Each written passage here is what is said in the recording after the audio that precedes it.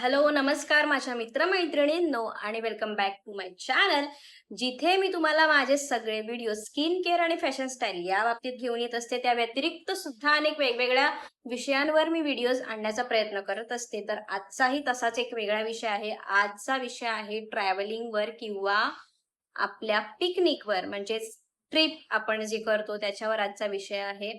विषय नाही म्हणता येणार, मी जे एक्सपिरियन्स घेतलेला आहे त्या बाबतीतला आज मी व्हिडिओ घेऊन आले आहे तुमच्या समोर. तर त्या एक्सपिरियन्समध्ये बॅड आणि गुड एक्सपिरियन्स दोन्ही आहेत, तर ते सुद्धा मी तुम्हाला सांगणार आहे. आजचा जो ट्रिपचा विषय आहे तो आहे ट्रिप ड्यू. तर ड्यूला जाण्यासाठी मी सगळ्यात पहिलं तुम्हाला सजेस्ट करेन की तुम्ही थंडीमध्ये ड्यूला जा. उन्हाळ्यामध्ये ड्यूला जाण्याचा विचार कमीच करा किंवा नाहीच कराल तरी चालेल. त्याचं कारण असं आहे की मी एकतर सध्या गुजरातमध्ये राहते आणि गुजरातमध्ये मी राजकोटला राहते. तर ज्यांना राजकोट माहीत आहे त्यांना नक्कीच हे माहीत असेल की मुंबईपेक्षा सुद्धा अति कडाक्याचं ऊन राजकोट साईडला असतं. म्हणजे खूप जास्त गरमी इथे असते आणि त्यामुळे उन्हाळ्यामध्ये येणं टाळलेलंच बरं.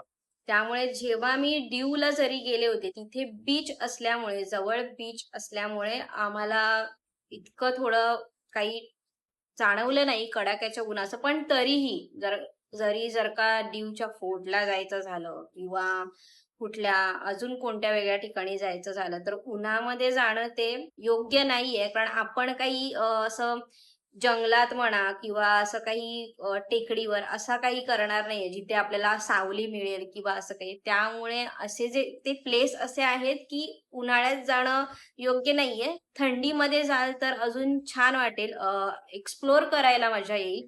त्यामुळेच मी सजेशन देईन, की थंडीमध्ये तुम्ही हे सगळे प्लेसेस, पॉइंट्स जे मी तुम्हाला सांगेन, ते तुम्ही एक्सपिरियन्स घ्या.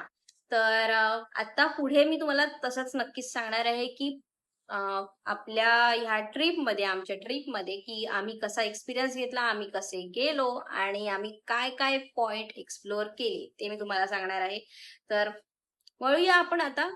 जसं मी तुम्हाला सांगितलं, की मी राजकोटला राहते आणि त्यामुळेच राजकोट स्टेशनहून आम्ही ट्रेन केली आणि राजकोटहून आम्ही वेरावल स्टेशनला उतरलो आणि वेरावल स्टेशनहून दीवला जाण्यासाठी आम्ही ट्रॅव्हल बस केली. त्याचं कारण असं, की दीव जवळ कोणतंही ट्रेनचं स्टेशन नाहीये. त्यामुळे आम्हाला ट्रॅव्हल बस करावी लागली. तिथून आम्ही दीवला उतरलो.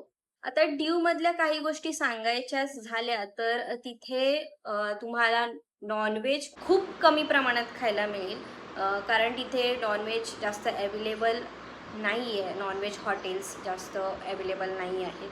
आणि तुम्हाला जर का दीवचे स्पॉट्स एक्सप्लोर करायचे असतील, तर त्यासाठी इतकं काही लांब नाहीये. तुम्ही दीव फोर्ट जवळ जरी बऱ्यापैकी ड्यू फोर्टच्या आसपास तुम्ही लोकेशन बघितलं तुमच्या स्टेचं, तर तुम्हाला काही स्पॉट्स करायला नक्कीच बरं पडेल, जवळ पडेल. कारण ड्यू फोर्टच्या 5 किलोमीटरच्या रेंजमध्येच बऱ्यापैकी हे सगळे स्पॉट्स आहेत. त्यामुळे तुम्हाला एक्सप्लोर करायला किंवा ते स्पॉट्स प्लॅन करून तुम्हाला फिरायला खूप बरे पडतील. मी तेच सांगेन, तुम्ही नॉन व्हेजिटेरियन जर का असाल, तर तुम्ही आधी व्यवस्थित सर्च करा. आम्ही बऱ्यापैकी सर्च करून करून एखादं हॉटेल आम्ही निवडलं. त्यानंतर आमच्यापेक्षा कदाचित तुम्हाला सुद्धा जास्त चांगलं सर्च करता येईल, शोधता येईल. त्यामुळे जमलं तर तुम्ही अजून बेटर करू शकाल कदाचित आमच्यापेक्षा. त्यामुळे आधी व्यवस्थित प्रिपेअर राहा, की तुम्हाला कोणत्या हॉटेलला जायचंय बजेटप्रमाणे. तर तसं पहिलं करा, त्यानंतरच पुढे जाण्याचा विचार करा. कारण तिथे नॉनव्हेज मिळणं हे बऱ्यापैकी कमीच आहे. त्यामुळे तुम्ही व्यवस्थित तुमचे जे स्पॉट्स असतील नॉनव्हेजचे ते शोधून मग तुम्ही पुढे जा. आणि शेवटची महत्वाची गोष्ट अशी आहे, की आपला दीवचा खर्च. तर दीवचा खर्च आपल्याला जाणून घ्यायचा असेल तर मी पर्टिक्युलर अमाउंट तुम्हाला सांगणार नाही आहे. कारण बऱ्यापैकी सांगायचं झालं तर आपला जो साऊथ गोव्याला आपण जो मज्जा करायला जातो, तिथे जो आपला खर्च होतो, संपूर्ण खाण्यापिण्यापासून आणि रूम बुक करेपर्यंतचा जो आपला खर्च असतो, बऱ्यापैकी तितकाच खर्च आपला दीवला होतो. त्यामुळे फक्त फरक जाणून घ्यायचं झालं तर 20-25 चा फरक होतो. बाकी काही इतका फरक त्यात दिसत नाही खर्चाच्या बाबतीत.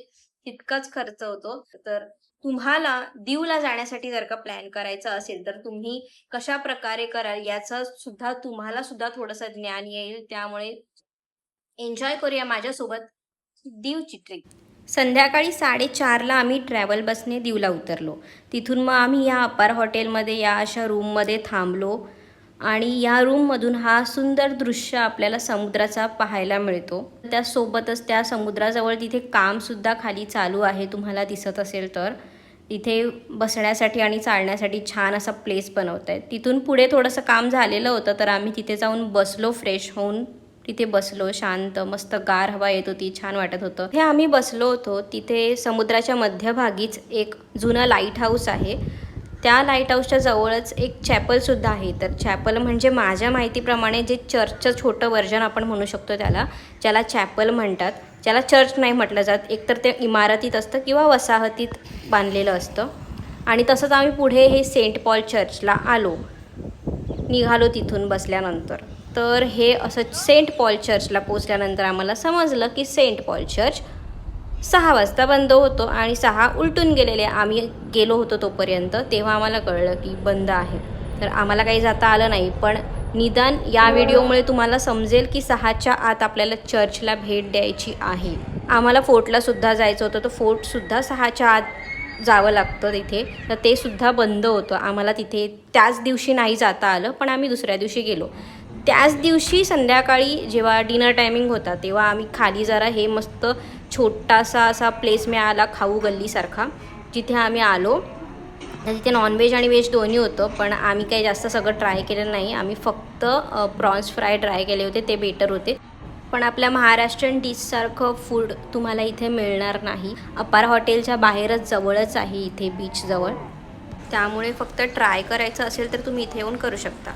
मात्र तुम्ही ते चाट नक्कीच ट्राय करू शकता, म्हणजे रगडापुरी, शेवपुरी, भेलपुरी हे खूप छान मिळतं इथे खायला, तर ते तुम्ही ट्राय करू शकता. त्यानंतर आम्ही छान झोपून दुसऱ्या दिवशी उठून फ्रेश होऊन आम्ही आलो मस्त आपल्या देवदर्शनाला, म्हणजेच गंगेश्वर महादेव बाप्पाला भेटायला आम्ही आलो. इथे भेटल्यानंतर हा तुम्हाला समुद्राचा नजारा पाहायला मिळेल. इथे आल्यानंतर तुम्हाला या समुद्राच्या सळसळत्या लाटा पाहायला मिळतील. खूप मस्त वाटतं, मज्जा येते पाहायला. त्यानंतर पुढे हे आपलं आलं देऊळ. हे देऊळ एकदम असं थोडं खाली आहे, पायऱ्यांनी खाली जावं लागतं. 5 शिवलिंगांचं दर्शन आपल्याला करायला मिळतं. खूप छान मस्त प्रसन्न वाटतं इथे आल्यावर. इथल्या हवेमुळे महादेवाचा हा झेंडा छान फडकतोय आणि मला तर वाटतं हा झेंडा कधी फडकण्याचा थांबतही नसेल, कारण इथे समुद्र आणि ही हवा असल्यामुळे. तर हे आहे आपले शिवलिंग, जे मी काहीतरी करून हे कॅमेऱ्यामध्ये कॅप्चर केले एवढ्या गर्दीतून. ॲक्च्युली मी पहिल्यांदा व्यवस्थित दर्शन घेतलं, त्यानंतर मी इथे पुन्हा व्हिडिओ काढायला आले. त्यानंतर दुपारचं जेवण करून थोडा वेळ आराम करून आम्ही 4 नंतर दीव फोर्टला यायला निघालो. दीव फोर्ट हे आम्ही जिथे राहतो तिथून वॉकिंग डिस्टन्स 10 ते 15 मिनटाचं होतं. त्यामुळे आम्हाला रिक्षा करण्याची गरज नाही लागली. त्यामुळे मी तुम्हालाही सांगेन, जर का तुम्हाला इथे राहायला यायचं असेल तर दीव फोर्टच्या आसपास 10 ते 15 मिनटाच्या आसपास जे लांब किंवा जवळ जे रूम असेल तीच रूम बुक करा, तिथेच राहा. कारण तिथूनच तुम्हाला काही स्पॉट्स जवळ जायला मिळतं, जसं चर्च असेल किंवा लाईट हाऊस असेल, किंवा वाटेतच तुम्हाला वॉरशिपसुद्धा पाहायला मिळेल, म्हणजेच लढाईचं जहाज जे काही वर्षांपूर्वी लढाईसाठी वापरण्यात आलं होतं आणि ते तुटलं. त्यानंतर त्याला फिक्स करून समुद्रकिनारी उभं केलेलं आहे. त्यामुळे तुम्ही जाऊन ते पाहू शकता. आम्ही नाही गेलो पाहायला, कारण ते सुद्धा 6च्या आत जावं लागतं तिथे. ते सुद्धा 6 वाजता बंद होतं. तर हा आहे आपला सुंदर दीव फोर्ट, जिथे ह्याचं बांधकाम नव्याने केलेलं आहे. माझ्या माहितीप्रमाणे 7-8 महिन्यापूर्वी ह्या फोर्टचं बांधकाम नव्याने करण्यात आलं. जिथे जिथे त्याचं नुकसान झालं तिथे त्याचं बांधकाम नव्याने करण्यात आलं. तुम्हाला दिसत असेल तर इथे आजूबाजूला ग्रीनरीसुद्धा केली आहे, म्हणजेच गवत बसवलेलं आहे काही ठिकाणी. त्यानंतर झाडंसुद्धा नवीन लावलेली आहेत. असा आहे हा सुंदर दीव फोर्ट. तर फोर्टला तुम्ही नक्कीच व्हिजिट केलं पाहिजे. त्यानंतर आता आम्ही निघालो संध्याकाळी आपल्या गोगला बीचला यायला. म्हणजे हे असं बीच आहे की दीवमध्ये जितके बीच आहेत त्यापैकी हे एकच असं बीच आहे जे खूप जास्त शांत आहे आणि स्वच्छ आहे बऱ्यापैकी. इथे आल्यावर तुम्हाला छान शांत रिलॅक्सिंग वाटेल. ज्यांना रिलॅक्स व्हायचं असेल त्यांनी इथे या आणि या सुखद शांततेचा अनुभव घ्या. तुम्हाला ज्यांना कोणाला इच्छा असेल तर तुम्हाला हे बघून नक्कीच वाटत असेल की एकदा तरी इथे या बीचला आलं पाहिजे, ज्यांना खरंच अशी शांतता आवडत असेल. इथे आल्यानंतर मी मातीतही खेळले आहे. मला मातीत खेळायला खूप आवडतं. माझं काही लहानपण अजूनही गेलेलं नाही आहे. मी मातीत खेळले आणि लाईट हाऊस बनवण्याचा प्रयत्न केलेला आहे, पण माहीत नाही तो कितपत सक्सेस झाला आहे. तर हा असा वाकडा मोडका जो काय असेल तो मी लाईट हाऊस इथे बनवत बसले होते. तेवढाच विरंगुळा आणि मनोरंजन आपल्या मनाचं. तेव्हा अशा प्रकारे आम्ही दीव प्लेस एन्जॉय केलेला आहे. तेव्हा तुम्हाला जर का व्हिडिओ आवडला असेल तर लाईक, शेअर आणि सबस्क्राईब नक्की करा. Thank you so much.